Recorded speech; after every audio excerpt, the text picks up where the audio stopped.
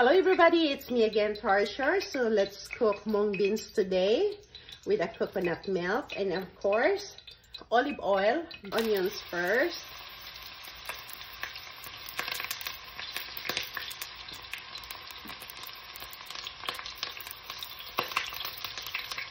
Ayan. And then, ilagay ko na yung garlic at saka ginger. Ayan. Maraming garlic. Ganyan ako magluto. Maraming garlic. Ayan.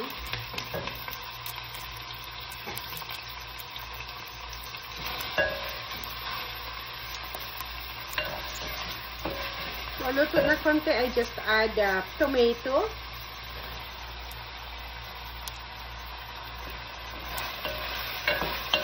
Ayan.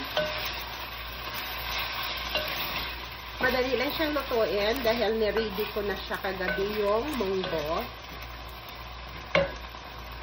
Ayan. Takpan lang natin siya para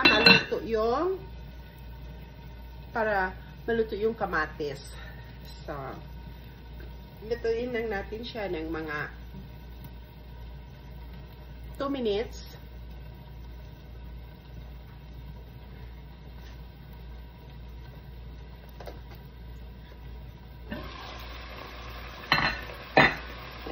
I-add ko na yung black pepper.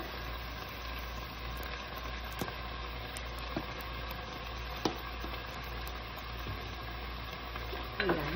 Tapos ihalo lang. Ang bango.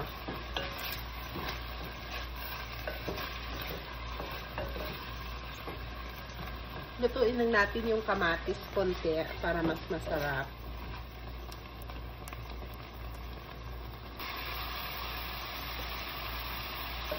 So, luto na yung kamatis. And then, we just add mung beans. Yung mung beans ko ay may potato para may kailangan ko ng potassium. So, I just add a potato. And by the way, this is only my food. My family doesn't eat this. Pagkain ko lang to.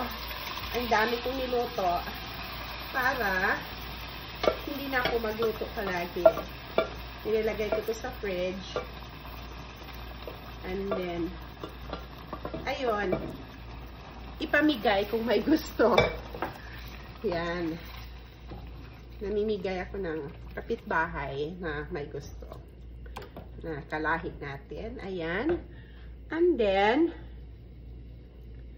I just add 1 can of coconut milk. Ayan.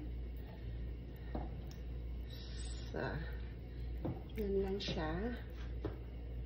We just simmer this for 3 minutes.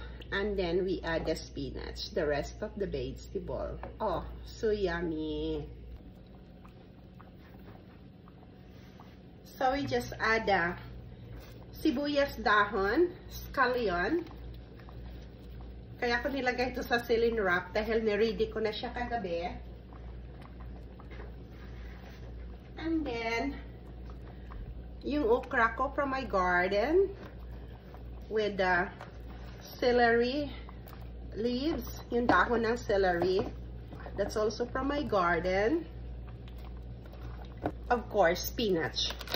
My favorite spinach. Yeah, this is not from the garden. I bought it in the store, in the grocery store. Ayan. So, maraming spinach. Ay, masarap. Diba? Ayan.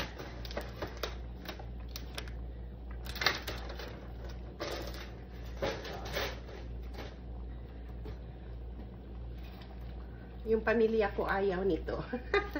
Pagkain ko lang siya. So, ayan. Maluluto na siya dyan. Oh, diba?